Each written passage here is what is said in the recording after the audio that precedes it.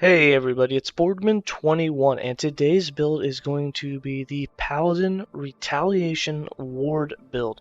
It is going to be the most tankiest care that you can play in the current game, in its current form, and with it, when multiplayer comes out, if you want to play a tank support class, this is probably the most tanky one that you can go with, because one, the more you get hit, the more damage that you can take. And the reason for that is with every hit that you take, there is a 75% chance to block. And every time that you block in the last 4 seconds, you will gain 50 armor and 50 elemental protections. And because of that, those will just continually go up. Thanks to the new affixes and the Orion's Eye for the Sentinel, you no longer take void damage at all. It'll be taken as fire, and then you can greatly reduce the amount of poison and necrotic damage that you take.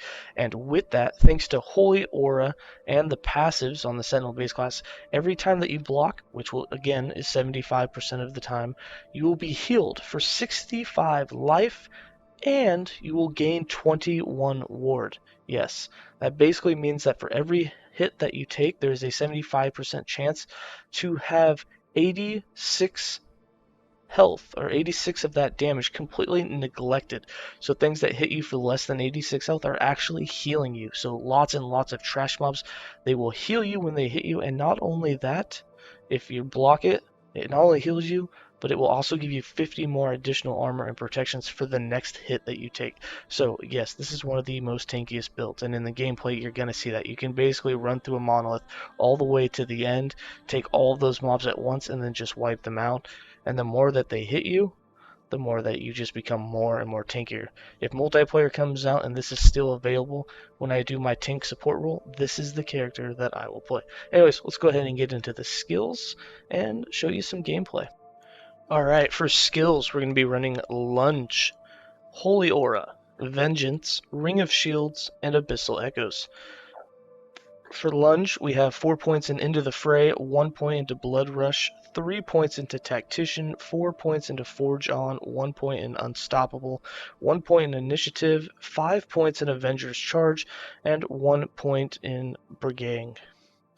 In Holy Aura, we have 3 points in Shelter from the Storm, 4 points in Mighty Shield, 3 points in Against the Odds, 2 points in Shielded by Faith, 5 points in Faith, and 3 points in Call to Arms. Now, the reason we went with the full word is because since we have high block, we're going to be healed for 8 health on a block, and we're going to get 21 wards. So that's basically 29 effective health mitigation against every block that you get, which is basically every hit. We'll be running 70 to 80% block, and that's just a huge amount of ward that you can gain.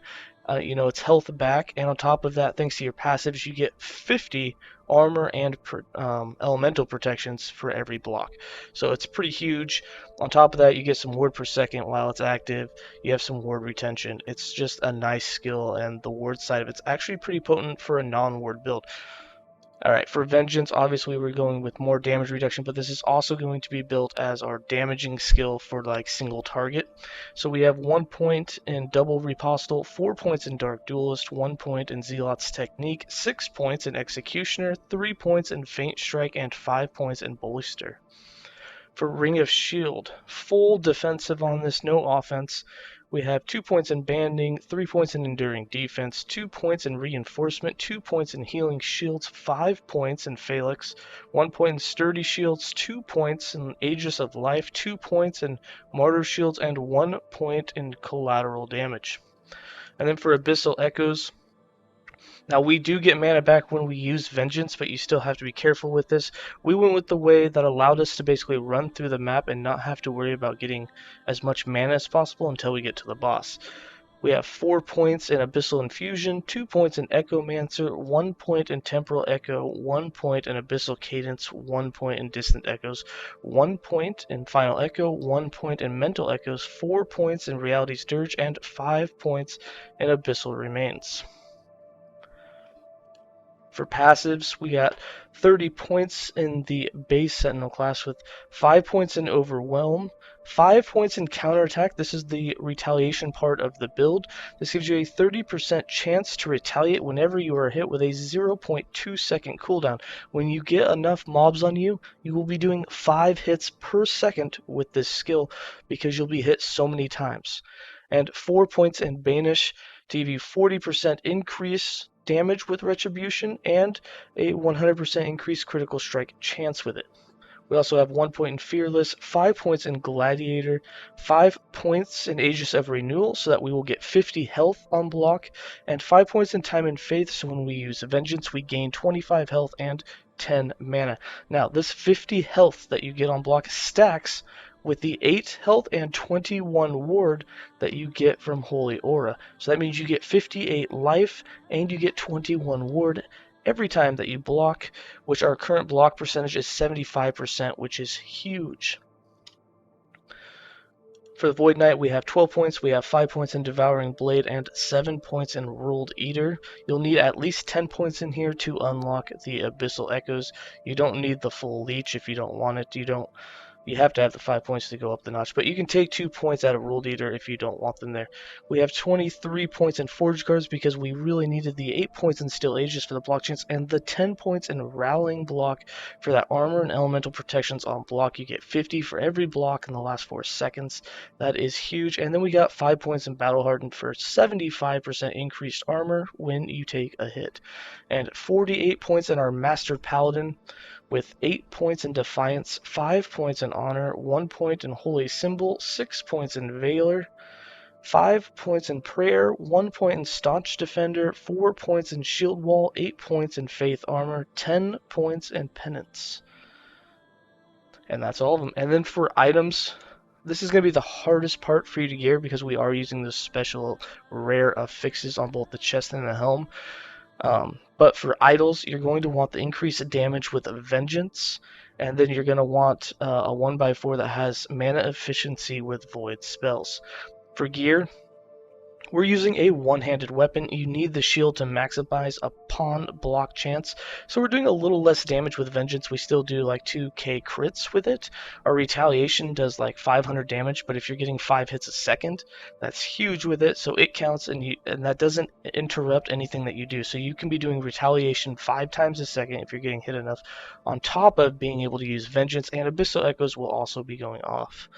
With this, we went for melee physical damage because melee damage is what boosts the retaliation damage, and then we also went with 6% melee critical strike chance, on top of it being a Raider Axe that gives you a base percentage of critical strike chance implicit. So those two things together make it really nice for just about 100% crit. We also have health on melee hit and elemental protection, so you don't need the health on melee hit. However, your retaliation does count as a melee hit, so as you're running and it's auto doing that, it's basically an insta-cast going off, you're leeching life as you run, which is really nice. Now, for the chest, you want the necrotic and poison damage taken as physical. We also went with some dodge and attunement, but you want the necrotic and poison damage taken as physical on both the helm and the chest. That's what's going to make you very, very tanky. And then on top of that, we have Orion's Eye for that 100% void damage taken as fire. For the shield, you're going to want the Solar Shield along with block chance on it. We also get 7 health gained on block. Now the nice part about that is that 7 health stacks with the 8 health that you get from Holy Aura, the 21 ward that you get from Holy Aura, and the 50 health that you get in your Sentinel base passive class. So you are officially getting 65 health and 21 ward every time that you do a block, which is 75% of the time. We also have some armor and protections and then some elemental protections. Now remember, you don't need vitality because you are not going for the necrotic, poison, and void resistance. You definitely don't need void. You can get a little bit of necrotic and a little bit of poison because about 20% of the damage that you take total is still going to be taken as that. But as long as you get them to about 40%, you're going to be tough. For the 3 pieces for the rings and the amulet, we went with set health and we went with the set elemental. For the belt, more dodge, some critical strike avoidance, glancing blow. You're going to need glancing blow on the boots, the belt, we have it on the helm, and you're going to need it on the gloves. With that, you're going to be super tanky. The last thing that I needed to do on this build, which I'll get to later, is getting to that 100% glancing blow. We just need that on the helm, so we're going to have to get a slightly better helm. I have another one on another character that has, I think, 6% on it with some good necrotic and poison damage taken as physical, so we'll probably switch to that one before we run this character really hard. And that's it for the items. That's it for the passives, and that's it for the skills. I'm going to go ahead and give you guys some gameplay.